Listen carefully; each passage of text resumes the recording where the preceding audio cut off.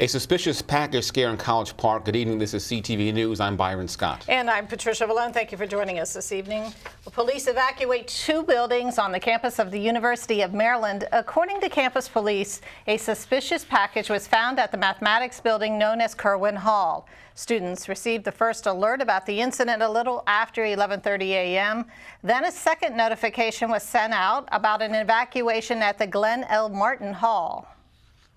We were in the IE building for comm science class and we just got a notification about this. We don't really know much. They just told us that there's like a bag in the building. I was actually in class when it happened and they said that there was a fire drill going on, so we all just left the building.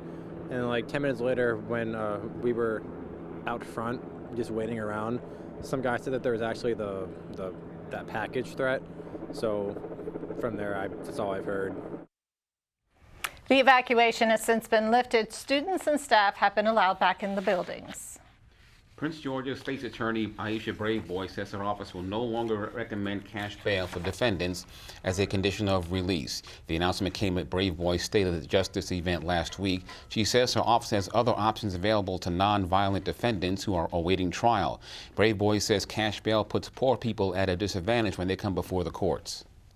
The cash bail system creates a system where individuals who have money and have means have the ability to bond themselves out, where people who may be poor don't have that ability. So we want to level the playing field, treat everyone equally and fairly in our system. And again, individuals who are released pre-trial have and enjoy the presumption of innocence in our system. But you know, again, our office, it will take a hard line when it comes to, as we always have done, when it comes to violent felonies. We will ask for no bond for individuals who we believe pose a risk to our community. Braveboy says even though prosecutors will stop asking for cash bail, judges still have the final word. The new policy goes into effect on October 1st. And for the first time in more than 25 years, Congress holds a hearing on whether D.C. should become the nation's 51st state.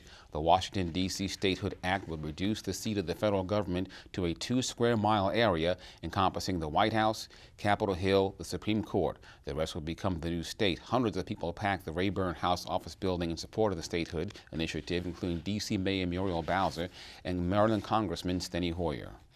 People who really oppose statehood because they think it will mean 2 Democratic senators. The fact is, denying American citizens a vote in this body that taxes them goes against the very founding premise of this nation.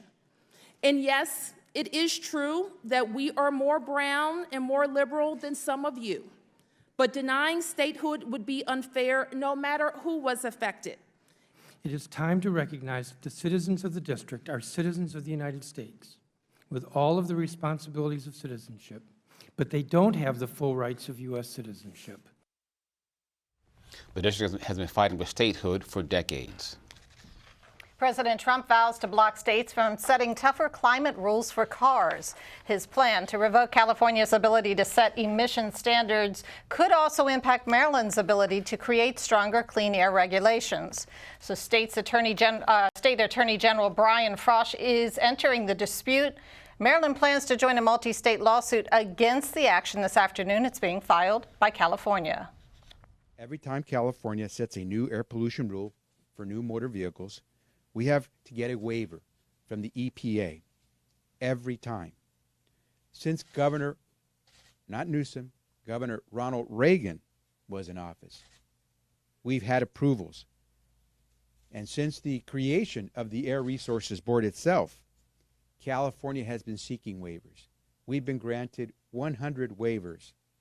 Never has one been rejected.